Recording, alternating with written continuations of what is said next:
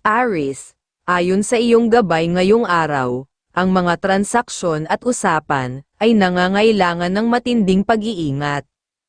Huwag munang magpadalos-dalos sa pagsagot o pagdedesisyon, dahil sa pamamagitan ng katahimikan at obserbasyon, mas makikilala mo ang tunay na ugali ng kausap.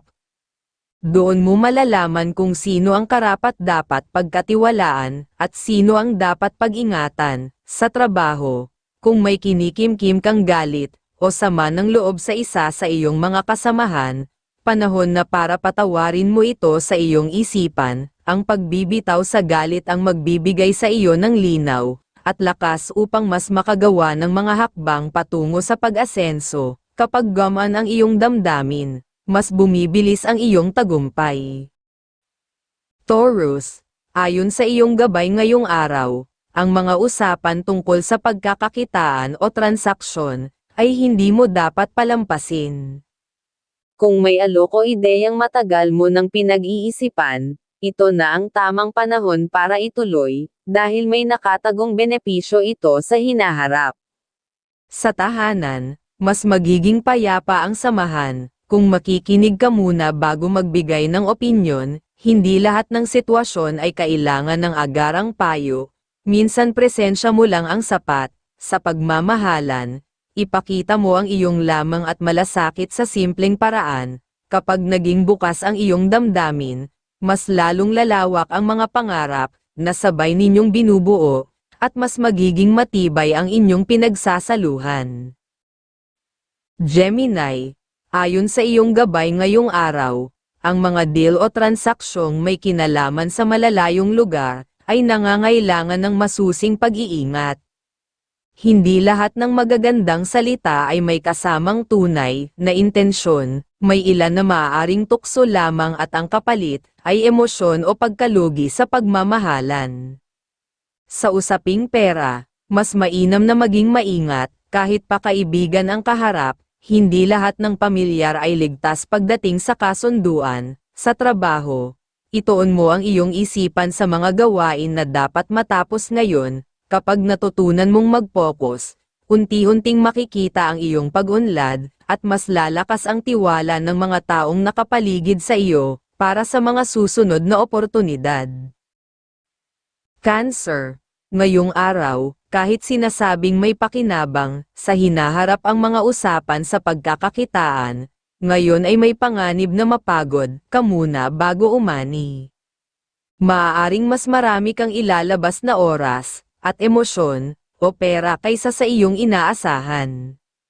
Dapat lang pag-isipan ang lahat, at sa loob ng tahanan, ang hindi pakikinig at ang padolos-dolos na pagbibigay ng payo ay posibleng magbukas ng lumang tampuhan. Mas okay pa ang manahimik muna sa usaping pag-ibig.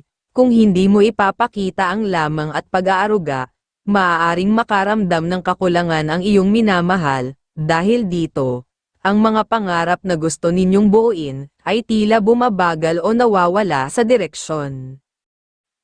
Leo, ayon sa iyong gabay ngayong araw, sa usaping pagmamahalan ay mahalagang unahin mo ang tiwala sa mga salitang nagmumula sa puso ng iyong minamahal. Hindi lahat ay kailangang questionin. Minsan ang pakikinig ng buong buo ang magpapatibay ng samahan ninyo. Sa pera, kung may balak kang pumasok sa investment, huwag magmamadali. Mas mainam na ipagpatuloy muna ang pag-aaral at pag-unawa sa bawat detalye upang masiguro ang tagumpay at maiwasan ang pagsisisi. Sa trabaho, iwasan muna ang mga gawain na alam mong mabigat o komplikado ngayon. Ituon mo ang lakas sa mga task na kaya mong tapusin agad, at saka mo pag-aralan ang mahihirap. Sa ganitong paraan, mapapansin ng iyong boss ang iyong diskarte at unti-unting pag-unlad.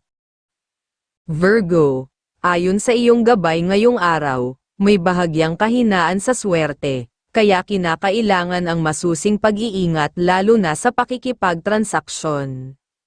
Huwag basta magpapadala sa matatamis na pangako, dahil hindi lahat ng alok ay para sa iyong kapakanan. Gayunpaman, ang aura mo sa pagbuo ng sariling plano sa negosyo ay maganda, Kung may ideya ka, ng matagal na iniisip, ngayon ay tamang panahon para pag-aralan, at ayusin ito ng tahimik, sa trabaho. Manatili kang tapat at diretso sa iyong mga gawain, may senyales na may mga taong, maaaring tuksuhin ka sa pamamagitan ng salita o papuri, kaya huwag magpalinlang, ang susi ng iyong pag-angat ay ang focus at integridad. Libra, ang iyong kapalaran ngayong araw, ay pabor sa mga pag-uusap na may kinalaman sa pera at oportunidad. Huwag mag-atubiling ituloy, dahil ang desisyong gagawin mo ngayon, ay may magandang balik sa mga susunod na araw. Sa loob ng tahanan, piliin ang katahimikan, makinig, magmasid, at saka magbigay ng mungkahi kapag hinihingi, sa ganitong paraan, mas nagiging maayos at magaan ang daloy ng relasyon sa pamilya, sa pag-ibig. Panahon na para iparamdam mo ang iyong lamang at pag-unawa. Kapag mas inalagaan mo ang emosyon ng iyong minamahal, mas marami kayong pangarap na sabay na matutupad, at mas nagiging balanse ang inyong samahan. Scorpio, ang iyong kapalaran ngayong araw ay humihimok na sa pag-ibig. Piliin mong magtiwala sa mga salitang naririnig mo, lalo na kung sinasamahan ito ng kilos at malasakit. Kapag natutunan mong magbukas ng damdamin, mas nagiging malinaw ang direksyon ng inyong relasyon.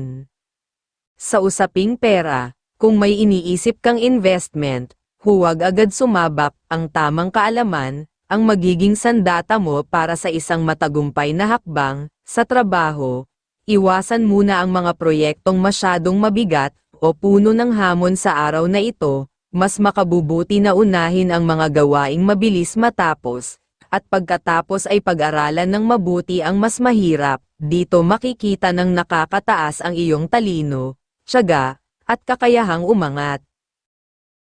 Sagittarius, ang iyong kapalaran ngayong araw ay nagbababala na dahil sa mahina ng gabay at swerte. Mas mainam na magdobleng ingat sa anumang usaping may kinalaman sa transaksyon. Ang pagmamadali ay maaaring magdala ng pagsisisi, ngunit sa kabilang banda, ang iyong enerhiya sa paglikha ng sariling negosyo o personal na plano ay malinaw at positibo. Ang ideya mo ngayon ay may potensyal kung bibigyan ng oras at disiplina. Sa trabaho, manatiling matuwid at huwag patitinag sa mga salitang maaaring mag-udyok sa iyo na lumihis sa tamang landas. May mga pagsubok na dadaan sa anyo ng pangsko o therapy o iba pa. Tandaan, kapag focus ka lamang sa iyong gawain, unti-unting lalabas ang iyong pag-unlad at respeto ng iba. Capricorn, ang iyong kapalaran ngayong araw ay nagbababala na huwag basta magtiwala sa mga alok o deal na nagmumula sa malayo. Kahit pa kasama ang kamag-anak, maaaring mukhang maganda talaga, kaakit-akit ang mga pangako, ngunit mas mahalagang siyasatin mo pa, kung ito ba ay tunay na totoo o isang pansamantalang tukso, na may halong emosyonal na panganib. Sa pera, iwasan munang pumasok sa kasunduang may kinalaman sa kaibigan, ang malinaw na hangganan ang magliligtas sa iyo sa hindi pagkakaunawaan. Sa trabaho, ang susi ng iyong tagumpay ay ang disiplina. Tapusin ang dapat tapusin, kahit paunti-unti, sa ganitong paraan, makikita ng iba ang iyong dedikasyon at magbubukas ito ng mas matatag na pag-angat sa hinaharap. Aquarius, ang araw ay mag-ingat sa mga usapan tungkol sa pagkakakitaan o transaksyon ngayong araw. Bagamat mukhang matagal nang magkakilala, at isa pa ay maganda ang pangako ng pagkakakitaan na sinasabi sa hinaharap, may posibilidad na mabulag ka sa inaasahan at hindi mo agad makita ang mga kahinaan ng kasunduan. At sa tahanan, ang pagbibigay mo ng payo sa kanila at hindi naman nila nagagawang pakinggan, mas maganda pa ang manahimik sa kanila. Para sa susunod ay mas makita mo ang dapat pang gawin na paggawa ng advice basta huwag kang magsasawa sa pagmamahalan, kung hindi mo maipapakita na tunay kang nakikinig sa mga nasasabi niya, ay pwedeng magdulot ito ng kalituhan sa inyong pangarap, mas mabuti na pakinggan mo siya. Pisces, ang kapalaran ngayong araw ay humihiling na sa transaksyon at mahahalagang usapan, maghinay-hinay ka muna sa pagsagot. Huwag munang ipakita ang lahat ng iyong saloobin, sa paghihintay, lilito ang tunay na intensyon ng kausap at mas magiging malinaw kung kanino ka dapat magtiwala. Sa trabaho, ang galit o tampo na matagal mo nang dinadala ay maaaring maging pabigat sa iyong pag-unlad, kung matutunan mong patawarin ang taong nakasakit sa iyo. Kahit sa loob mo lamang, magbubukas ito ng bagong enerhiya na tutulong sa iyong umangat. Kapag payapa ang isipan, mas nagiging malinaw ang direksyon ng iyong tagumpay.